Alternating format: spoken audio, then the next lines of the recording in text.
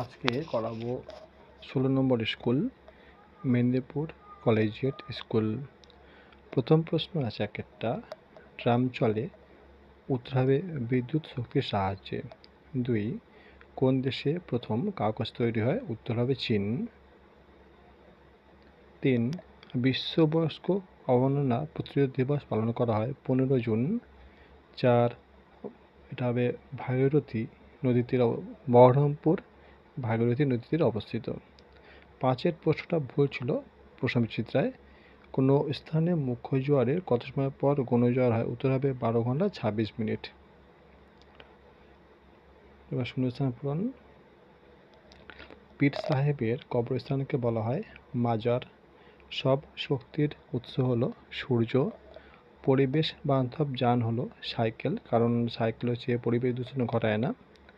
ছোট গির্জাকে বলা হয় চার্চ, আর মনে রাখবে বড় গির্জাকে বলা হয় ক্যাথিড্রাল। তালপাতায় লেখা বইগুলিকে বলে পুঁথি। সূর্যের পর সবচেয়ে কাছের নক্ষত্র হচ্ছে প্রক্সিমা সেন্টাউরি। আচ্ছা, বাম দিক ডান দিক মেলাতে হবে। দেখো মিলিয়ে দিচ্ছি আমি এটা। দেখো বাম দিক ডান দিক আমি মিলিয়ে দিয়েছি। ডানকুনি হচ্ছে দুগ্ধ সংরক্ষণ কেন্দ্র, মানে এটাকে যে এখানে যে ঘরটাকে এখানে বসাতে হবে। শান্তিপুর এখানে রাসমেলার জন্য বিখ্যাত। বক্রেশ্বর তাপবিদ্যুৎ কেন্দ্র। বারেপুর পেয়ারার জন্য বিখ্যাত। আর চিংড়িখালি দুর্গ হচ্ছে ডায়মন্ড হারবারে অবস্থিত। নিচের যেগুলো আছে শুদ্ধ অশুদ্ধ, একেরটা হবে শুদ্ধ, দুইটা অশুদ্ধ, তিনেরটা শুদ্ধ, চারটা শুদ্ধ, পাঁচেরটা শুদ্ধ। এবার নিচে যে প্রশ্নগুলো আছে এগুলো আমি টাইপ করে লিখেছি, চলো সেটা দেখিয়ে দিই। এসে গেছে প্রশ্নগুলো। প্রথম বলছে তরল সোনা কাকে বলে? পেট্রোলিয়ামকে। ঝালং কোথায়? ভুটানে। উদ্ভিদের একটি বর্জ্য পদার্থের নাম গদ। পানসি কি? পানসি হচ্ছে লম্বাটে এক ধরনের হালকা ডিঙি নৌকার মতো জলযান। এতে পাল কাটানো থাকে, পালে হাওয়া লাগলে এগুলো খুব জোরে যেতে পারে। পাঁচেরটা উপভোক্তা কাকে বলে? টাকার বিনিময়ে যারা পরিষেবা গ্রহণ করে উপভোগ করে তাদের বলা হয় উপভোক্তা। 6, জেব্রা ক্রসিং কি? ট্রাফিক সিগন্যালের সামনে থাকা রাস্তায় সাদা কালো রং করা অংশ হলো জেব্রা ক্রসিং। সিগন্যালে সবুজ রঙে মানুষের ছবি জ্বলে উঠলে এই জেব্রা ক্রসিংয়ের উপর দিয়ে হেঁটে রাস্তা পার হতে হয়। 7টা বলেছে অপু ও দুর্গা কোন উপন্যাসের চরিত্র? উত্তর হচ্ছে পথের পাঁচালী। 6-এর একটু বড় প্রশ্ন 2 নম্বরের। একটা বলছে খনিজ তেলের উপজাত দ্রব্যগুলোর নাম। পেট্রোল, ডিজেল, কেরোসিন ও ভ্যাসলিন। ধোঁয়াতে কী কী বিষাক্ত গ্যাস থাকে? এটা carbon dioxide, nitrogen dioxide, sulphur dioxide. আচ্ছা, একটা বলা হয়নি, এই একে আছে না খনিজ তেলের উপজাত দ্রব্য, এখানে একটা নাম হবে ন্যাপথা। তোমরা এটা করে নিও। ফলা আকার প ঠয় আকার, ন্যাপথা। ন্যাপথালিন না, ন্যাপথা হচ্ছে খনিজ তেলের উপজাত দ্রব্য যেটা দিয়ে প্লাস্টিক তৈরি হয়।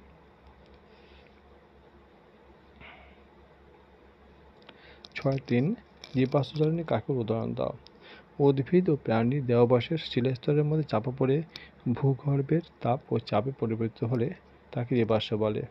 এই জীবাশ্ম সৃষ্টির সময় দেহাবশেষ ভূ অভ্যন্তরে তাপ এবং চাপে এবং রাসায়নিক বিক্রিয়ায় পরিবর্তিত হয়ে যখন জ্বালানি খনিজে পরিণত হয় তখন তাকে জীবাশ্ম জ্বালানি বলে, যেমন কয়লা, খনিজ তেল, প্রাকৃতিক গ্যাস। 6.4 বলছে অপ্রচলিত শক্তি কাকে উদাহরণ দাও? শক্তি উৎপাদনের যেসব উৎসগুলি বহুকাল ধরে প্রচলিত নয় এবং বর্তমানে অল্প পরিমাণে ব্যবহৃত হয় তাদের অপ্রচলিত বা অচিরাচরিত শক্তি বলে, যেমন সৌরশক্তি, বায়ুশক্তি প্রভৃতি।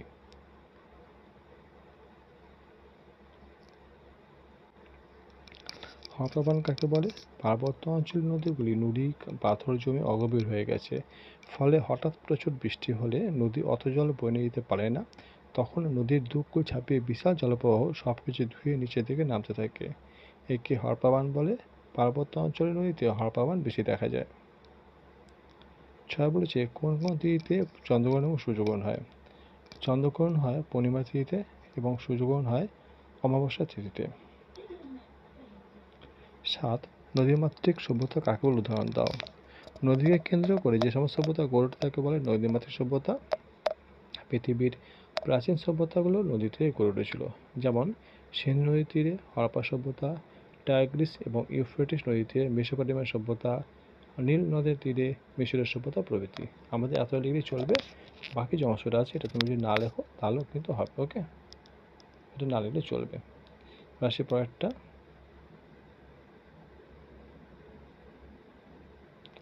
ভরা কঠাল মরা কঠাল কাকে বলে? ভরা কঠাল হচ্ছে অমাবস্যা এবং পূর্ণিমা তিথিতে পৃথিবী, সূর্য, চাঁদ একসঙ্গে অবস্থান করার ফলে যে প্রবল জোয়ারের সৃষ্টি হয় তাকে ভরা কঠাল বা তেজ কঠাল বলা হয়। মরা কঠাল কি ঠিক এর উল্টো। কৃষ্ণ এবং শুক্লপক্ষের অষ্টমী তিথিতে পৃথিবীর সঙ্গে চাঁদ ও সূর্য সমকোণে অবস্থানের ফলে যে কম প্রাবল্যের জোয়ার সৃষ্টি হয়, মানে কম পাওয়ারের জোয়ার সৃষ্টি হয়, তাকে বলা হয় মরা জোয়ার বা মরা কঠাল। তরাই অঞ্চলে দুটি জেলার নাম লেখো এবং এই অঞ্চলের জমির বৈশিষ্ট্য। তরাই অঞ্চলের দুটি জেলার নাম দার্জিলিং এবং জলপাইগুড়ি। বৈশিষ্ট্য হচ্ছে এখানকার মাটি স্যাঁতস্যাঁতে, মাটিতে বালি, নুড়ি, পাথর বেশি থাকে।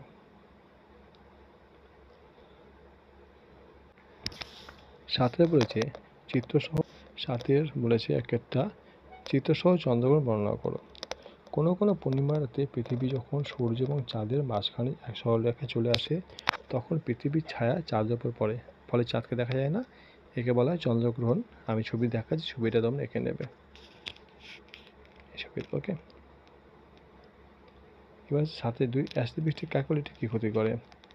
বৃষ্টির জল বায়ুতে পৌঁছতে বিভিন্ন বিষাক্ত গ্যাসের সঙ্গে মিশে অ্যাসিড সৃষ্টি করে ভূপৃষ্ঠে ঝরে পড়ে। একে অ্যাসিড বৃষ্টি বা অম্ল বৃষ্টি বলা হয়। অ্যাসিড বৃষ্টির প্রভাব হচ্ছে মানুষের ত্বকের রোগ দেখা দেয়, চুনাপাথর বা মার্বেল পাথর দিয়ে তৈরি সৌধ বা স্থাপত্যের ক্ষয় হয়, তার উজ্জ্বলতা কমে যায়, স্টোন ক্যান্সার হয়। 3 গাছের পাতা কালো হয়ে যায় যার ফলে সালোক সংশ্লেষ ব্যাহত হয়। 4 মাটির উর্বরতা হ্রাস পায়, পুকুর হ্রদের জল আম্লিক হয়ে জলজ প্রাণী মারা যায়।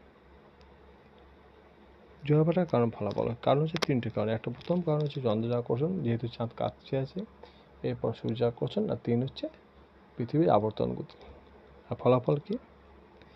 1 হচ্ছে জোয়ারের ফলে নদীতে জলের স্তর বৃদ্ধি পায়, তাই নৌকা চলাচলের সুবিধা হয়। আর 2 হচ্ছে জোয়ারের শক্তিকে কাজে লাগিয়ে জোয়ার ভাটার শক্তি উৎপাদন করা হয়। 4 চিত্রসহ জলচক্র বর্ণনা করো। সূর্যের তাপে পুকুর, নদী, সমুদ্রের জল বাষ্প হয়ে উপরে উঠে যায়, উপরে উঠে ঠান্ডা হয়ে মেঘে পরিণত হয়। মেঘ থেকে বৃষ্টিরূপে জল পুকুর, নদী, সমুদ্রে ফিরে আসে। সূর্যের তাপে আবার পাহাড়ের মাথায় সঞ্চিত বরফ গলে জল এবং পরে বাষ্প হয়ে উপরে উঠে যায়। এইভাবে জল কখনো মেঘ, কখনো বৃষ্টিরূপে ঝরে পড়ে, আবার বরফ রূপে আকাশ এবং পৃথিবীর মধ্যে ক্রমাগত ঘুরে চলেছে। একে বলা হয় জলচক্র। 5 বলছে বন্যপ্রাণী সংরক্ষণ বলতে কী বোঝো এবং আমরা বন থেকে কী কী সুবিধা পাই। বন সংরক্ষণের মধ্যে দিয়ে বনের বিভিন্ন জীবজন্তু রক্ষা করার ব্যবস্থাকে বন্যপ্রাণী সংরক্ষণ বলা হয়। নানা রকম বন্যপ্রাণীকে সংরক্ষণ করা যায়, কখনো কৃত্রিমভাবে বন তৈরি করে বন্যপ্রাণীদের সংরক্ষণ করা হয়ে থাকে। আর বন থেকে যে পাই সেগুলো লিস্ট আমি করে দিয়েছি। অক্সিজেন, জ্বালানির কাঠ, আসবাব তৈরির কাঠ, ওষুধ, মধু, মোম, ফুল, ফল, কাগজ, মশলা, দড়ি, আঠা, ধুনা, রেশম, তোমরা যত ইচ্ছা লিখতে পারো। ওকে, 7 বলছে লাস্ট কোশ্চেন আজকের, আবহাওয়ার উপাদানগুলো লেখো এবং একটা কোশ্চেন আছে দূষণমুক্ত পরিবেশ গড়তে কী কী করা উচিত। আবহাওয়ার উপাদানগুলো হচ্ছে উষ্ণতা, আর্দ্রতা, বায়ুপ্রবাহ, বায়ুর চাপ, মেঘাচ্ছন্নতা, বৃষ্টিপাত প্রভৃতি। আর দ্বিতীয় প্রশ্ন ছিল দূষণমুক্ত পরিবেশ গড়তে কী কী করা উচিত। দূষণমুক্ত পরিবেশ গড়তে গেলে পেট্রোল ও ডিজেলের পরিবর্তে অন্যান্য বিকল্প শক্তি দিয়ে যানবাহন চালাতে হবে। পাশাপাশি প্রচুর বৃক্ষরোপণ করা প্রয়োজন, কারণ গাছ বাতাসের অতিরিক্ত কার্বন ডাই অক্সাইড শোষণ করে অক্সিজেনের দ্বারা বায়ুকে শুদ্ধ রাখে। আজকে এতটা, পরের ভিডিও আমি 7 নম্বর শুরু করে দেবো।